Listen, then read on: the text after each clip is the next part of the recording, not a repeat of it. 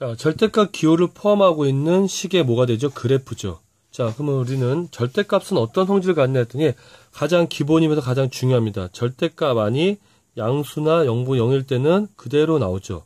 근데 절대값이 음수면 뭐가 돼요? 반드시 마이너스를 붙이고 나옵니다. 자, 그래서 우리가 간단하게 나타내면, 자, 예를 하나 볼게요 하면요.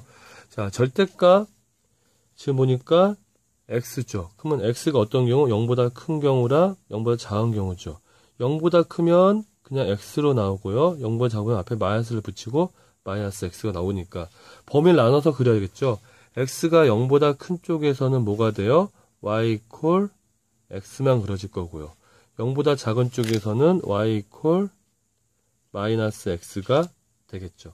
자, 마찬가지로 우리가 일단 가장 기본인 것 어떻게 해요? 절대값 안이 0보다 큰 경우, 절대값이 0보다 작은 경우. 그러면 식이 다음처럼 정리가 될 거고, 항상 x의 범위를 고려해서 그리셔야 됩니다. 그래서 2보다 큰 쪽과 2보다 작은 쪽에 2보다 큰 쪽은 뭐가 되냐? y equal x 마이너스 1이 그려질 거예요. 원래는 이렇게 그려졌을 텐데 2보다 큰 쪽만 그린 거죠.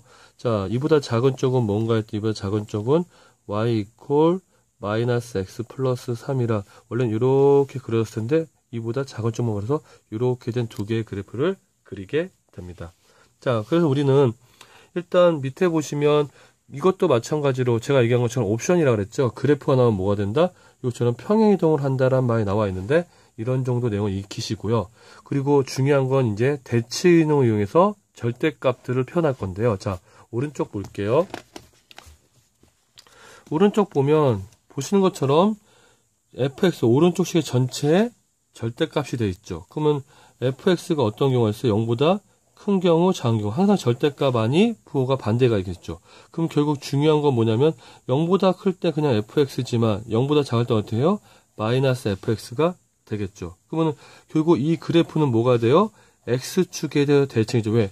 y의 부호가 반대가 되니까요. 그래서 우리는 결국 어떻게 한다? y equal fx의 그림을 그린다는 건 먼저 요 그래프는 요 그래프와 x축에 대해 대칭이 되게 그린다. 자, 이해가 안 되면 예를 하나 볼까요? 자, 예를 보시면 자, 하나 그려볼게요. 자, 대표행위 볼까요? y equal 절대값 x죠. 그럼 y equal x가 일단 그려질 거예요. 일단 절대값이 없다 생각하고 그리세요. 자, 그 다음에 뭐에 대해서 x축에 대칭이니까 x축 아래에 있던 거 어떻게 해요? 위로 올려서 이렇게 그려주는 겁니다. 아시겠습니까?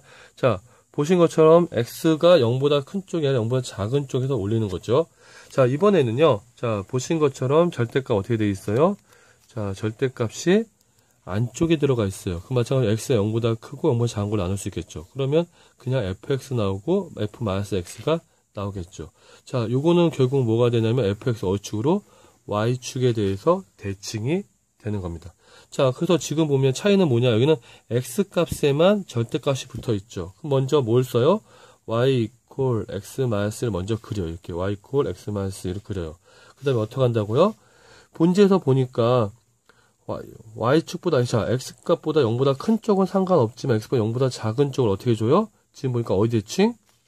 마이너스 fx니까 y축에 대해서 이렇게 대칭을 시킵니다. 그래서 x 절대값 안에 게 0보다 큰 범위를 먼저 그려주시고요. 그걸 어디에? y축에 대칭을 시키면 다음같이 그려지겠죠. 자, 그런데 중요한 건 뭐냐면 우리가 이렇게 구할 수도 있지만 평행이동을 할 때도 있지만 오늘 일단 절대값을 가지고 그리는 게 주니까 첫 번째 방법만 익히겠습니다. 자, 그러면 문제에서 보시면 자, 보세요. 우리가 일단 정리해 주시면 바깥쪽에 절대값이 들어가 있으면 어떻게 한다? 일단 먼저 이걸 그려요. 그 다음에 뭐 해줘요? 이게 마이너스 fx가 될 수 있고 그냥 플러스 fx가 될 수 있으니까 자, y의 부호가 반대죠. 그러니까 뭐가 돼요? x축에 대해서 대칭 이동을 시키는 거죠. 왜? fx에다가 마이너스가 붙은 걸 그리게 될 거니까. 자, 됐나요? 자, 두 번째는 이번엔 x 안에 게 결국 x값만 절대값이면 일단 먼저 그리시고요. x가 0이면 fx고 x가 0보다 작으면 마이너스 fx니까 결국 뭐가 돼요? y축에 되겠죠. 어떻게 되죠? y equal 하고선 f의 마이너스 x가 그려지니까. 자, 근데 실제로 이 두 가지는 그렇게 어렵지 않을 텐데요.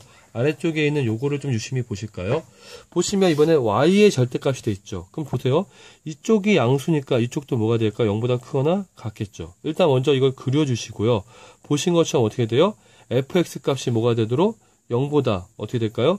큰 쪽만 되니까 x축 위에만 존재해야겠죠. 그래서 요거를 그리신 다음에 보이시면 이거는 마이너스 y랑 y가 되죠. 그럼 결국 뭐가 되죠? y의 부호가 반대니까 x축에다 이렇게 대칭을 해서 그리시면 되고요.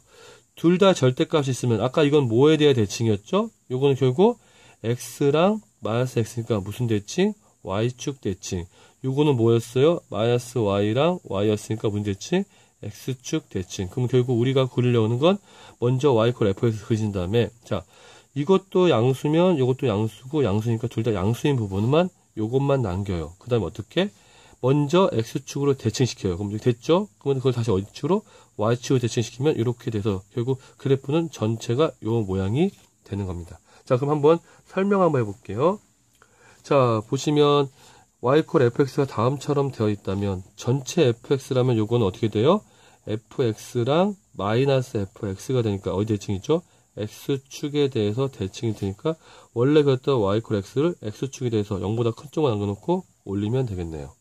자, 여기는 보니까 x에만 절대값이 있으니까 어떻게 될까요? x랑 마이너스 x니까 어디 대칭이에요? y축에 대해서 대칭이죠. 자, 그래서 우리가 x가 0보다 큰 쪽만 남겨놓고요. 됐습니까? 그 다음에 어떻게 할까요? 미안합니다. 이건 아까 이렇게 그려져 있는 거니까 x축 아래에 있던 걸 올린 건 이렇게 올린 거고요. 자, 이렇게 그려진 거에서 어떻게 해요? x가 0보다 큰 쪽에서 보니까 어디 대칭이에요? y축 대칭이니까 이 부분을 y축에 대칭시키면 되겠죠. 자, 이것도 마찬가지로 이건 어디 대칭이에요? 마이너스 y랑 y니까 x축 대칭이네요. 그러면 0보다 어떻게? 큰 쪽을 가지고 그 다음에 어디 대칭해야 돼요? x축에 대칭시키면 이렇게 될 수가 있겠죠. 자, 요거는 뭐가 되냐? x, y가 모두 양수인 요거를 먼저 일단은 그렸어요. 그 다음에 이거를 x축에 대칭시키면 요게 되겠죠. 그 다음에 이거를 다시 y축에 대칭시키면 이렇게 다이아몬드 모양이 합니다. 안 보이셨죠? 다시 설명할게요. 자, 첫 번째 거는 지금 보니까 fx의 절대값이었으니까 x축 대칭이 되니까 자, 원래 이렇게 그려져 있던 걸 어떻게 해요? x축 아래에 있던 걸 위로 올려서 이렇게 끌어올리면 되고요. 자, 이쪽엔 x의 절대값이 있으니까 x 아니면 마이너스 x가 되니까 y 대칭, y축 대칭이죠. 그래서 x 0보다 큰 쪽에다가 어떻게 돼요? y축에 대해 대칭시키면 되겠죠. 자, 요거는 마이너스랑 y니까 결국 어디 대칭? x축 대칭이네요. 그럼 결국 우리가 어떻게 돼요? 이렇게 된 그래프에서 x축 위에만 일단 존재를 하겠죠. 왜?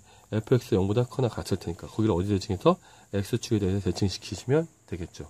자, 둘 다 절대값이 붙어 있으면 어떡한다? 둘 다 양수인 부분, x도 0보다 크고 y도 0보다 큰 부분, 요 부분을 남겨놔요. 그 다음에 이거를 보니까 정리해주면 요거는 x 마이너스 x가 되니까 이거는 y축 대칭. 이거 마이너스 y 이퀄 y니까 이거는 x축 대칭이죠. 그럼 먼저 요거를 x축에 대칭시키고 다시 어떻게 해요? 이 전체를 다시 y축에 대칭시키면 이렇게 다이아몬드 모양이 나오겠죠. 그래서 여러분들이 물론 범위를 나눠서 식을 가지고 문제를 풀 수도 있고요. 아니면 지금처럼 절대값이 어디에 있냐인데 요거를 완벽하게 그냥 숙지를 해주세요. 숙지라는 건 뭐죠? 그냥 달달달 외우는 게 아니라 반복하다 보면 자연스럽게 익혀지는 걸 숙지라고 합니다. 그렇게 연습을 하시면 절대과 관련된 문제들은 어렵지 않게 해결할 겁니다.